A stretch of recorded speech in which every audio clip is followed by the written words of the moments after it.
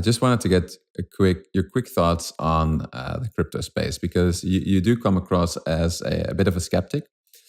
And I think you also mentioned to me at some point that if you do crypto videos, you get the most lovely hate comments.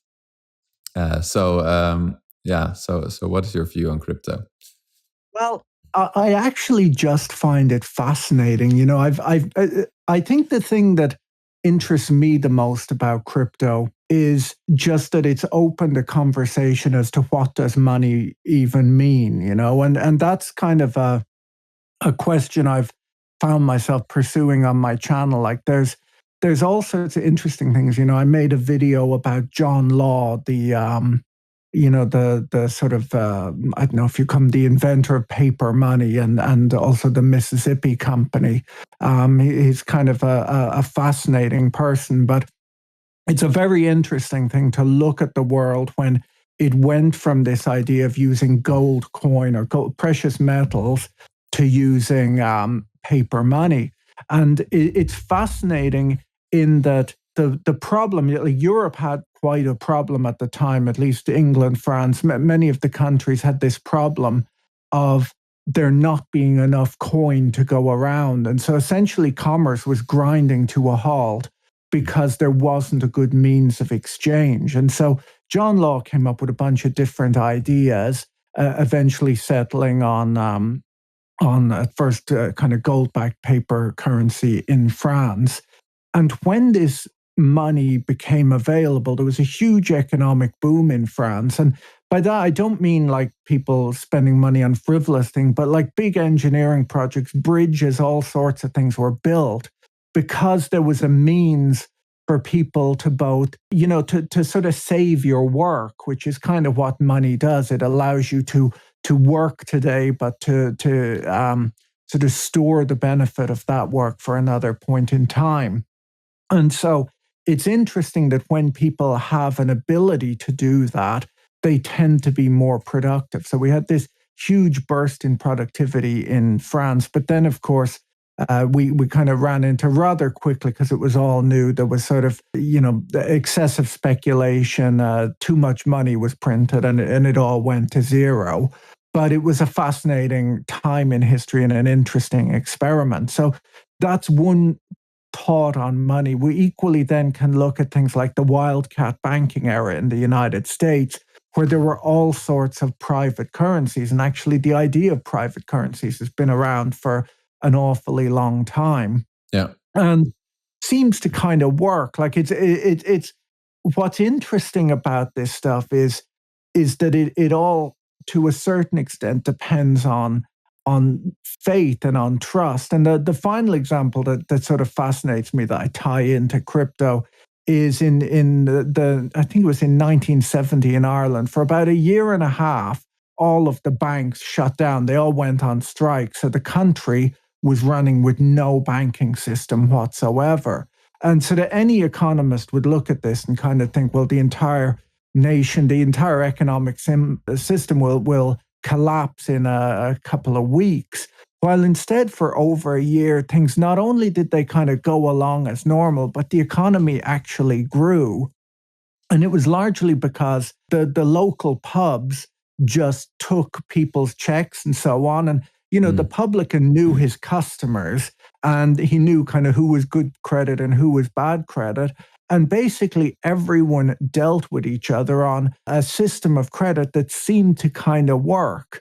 And in fact, there were no hiccups. And it amused me because I discovered this story, I don't know, maybe about a year ago. Yeah. And I spoke to some older relatives of mine in Ireland. And I said, this interesting thing happened in Ireland. Like, what are your memories of it? And they were like, yeah, I don't know. It's just this thing that happened. Like, none of them even thought it was interesting or unusual, even though this kind of wild experiment had occurred. But everything just got by. And what interested me as a comparison with the world of crypto was that in crypto, the idea is to search for sort of trustless systems, while at least in that example, a very trust-based system was kind of how society and the overall economy managed to move ahead.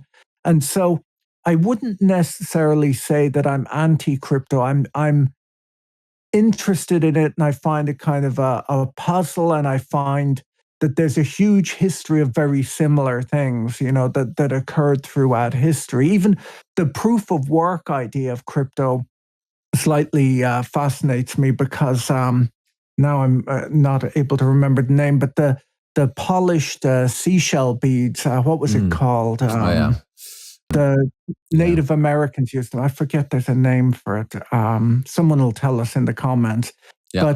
But basically, that's a form of proof of work in that seashells are common, but it would take a Native American craftsman maybe half a day to carve and polish one bead. And so then people used these beads as money, and it was and they actually did have a scarcity because there was this huge amount of work involved in making them. So there's many ideas in crypto that possibly look newer than they are, or at least you can find interesting historic examples that relate to them. And so, unfortunately, I don't see an awful lot of use in crypto. Like when I look at a lot of history, we'll say just the idea of private currencies usually fit in places where there was a big flaw in standard currency. So we'll say, for example, in the United States, there were no small denomination notes. Like the smallest, when the dollars first came out, the smallest unit of currency, I think, was, I forget whether it was a $1 or a $5 bill, but essentially it would have related to about a week or 2 weeks work for a tradesman. And so all of these private currencies appeared as a means for people to buy a newspaper or a loaf of bread and that kind of thing. While, when people say, oh, we need an electronic form of payment on the internet, and it's like, well, the Visa network exists. And I appreciate, I too am frustrated with often the high cost of the banking system. But it would appear to me that often, having run an investment fund, I'm aware that it's very frustrating, we'll say, if you want to convert money from one currency into another, how expensive it can be, especially from a retail perspective. But the reason it is that expensive relates often more to regulation than it does to profiteering from the banks, because the banks aren't that profitable. When you look at the huge spreads on foreign exchange, the banks aren't actually that profitable. And it's the truth is that they have to do a ton of paperwork when they when they onboard a client and maybe move a couple of $100,000 into another currency, and they have to check that all sorts of money laundering and tax rules are being followed. And the reason that a lot of kind of fintech or crypto stuff appears to be, well, and is cheaper, is simply that they are sidestepping a lot of that regulation that banks are not allowed to sidestep. So